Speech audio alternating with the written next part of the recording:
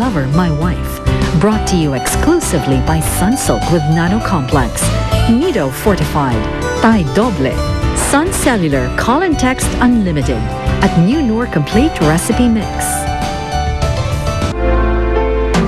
Kung maibabalik ko lang ang mga sandaling nagdaan. Paano mo malulusutan ang lahat ng problemang ito? Relax lang kayo. Mag-antay na lang tayo dito. And I'm not losing hope on Arthur. Alam ko, kahit papano, bibigyan niya ako ng konsiderasyon. Sana nga magkatotoo ang sinasabi mo. Dahil ayoko ng mga iskandalo pa. Paano ko siya makakalimutan, Tay? Lalo na minadala ko yung magiging anak niya. Ikaw talaga alam.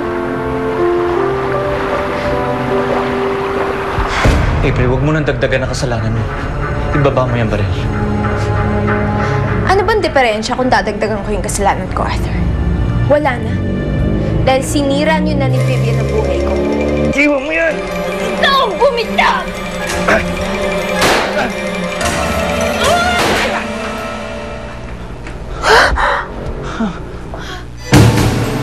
Ginawa mo! Ginawa mo! Ikaw to! Ikaw may kasalanan, Arthur! Cesar! No, ma. Jessica. Cesar, bilis!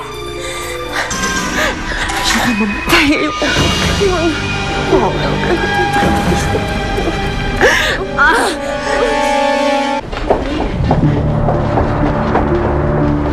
Ano nangyari sa kanya? May gunshot wound po siya sa abdominal throat. I think you know her. Siya si Dr. Charity, yung cosmetic surgeon. Di ba siya yung involved sa news lately? Di ba siya involved sa kidnapping? Kasama niya. Yung doktor po na anak niya. Ano po siya?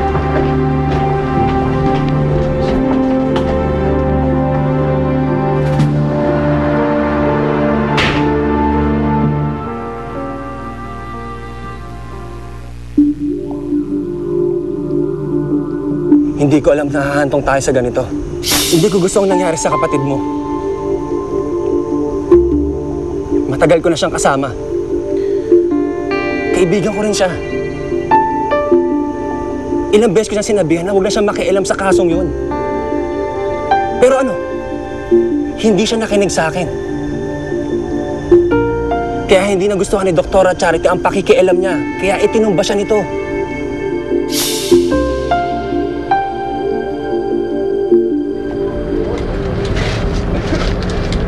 Hello. Pare, gusto ko nang malaman sa nasa dyaryo kung anong update ngayon. Oh, si Dr. Charity nga. Gusto kong malaman kung nahuli na ba siya o hindi pa. O kung nasan siya.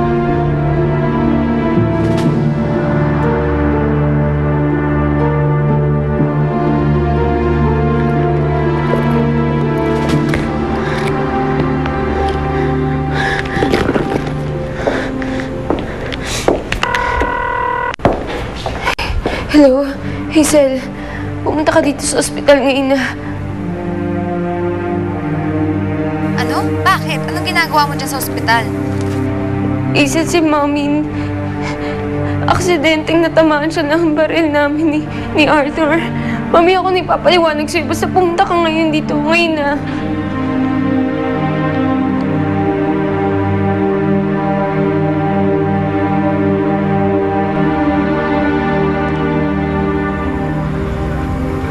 Mama, ano yan? Alitap-tap yan.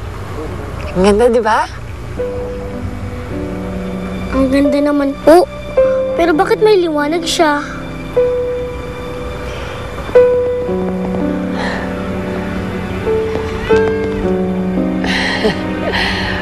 Alam mo, nung bata ako, may kwento yung nanay ko sa akin tungkol sa mga alitap-tap.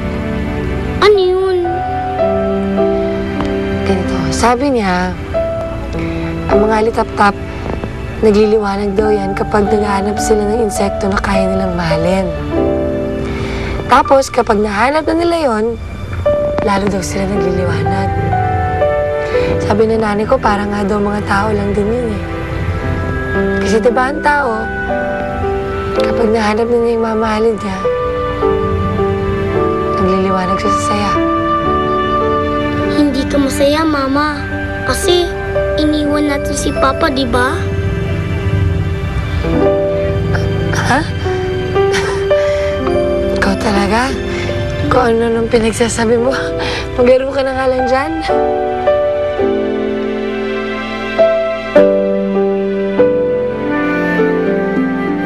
Introducing new Clear Anti-Dandruff Shampoo for total 3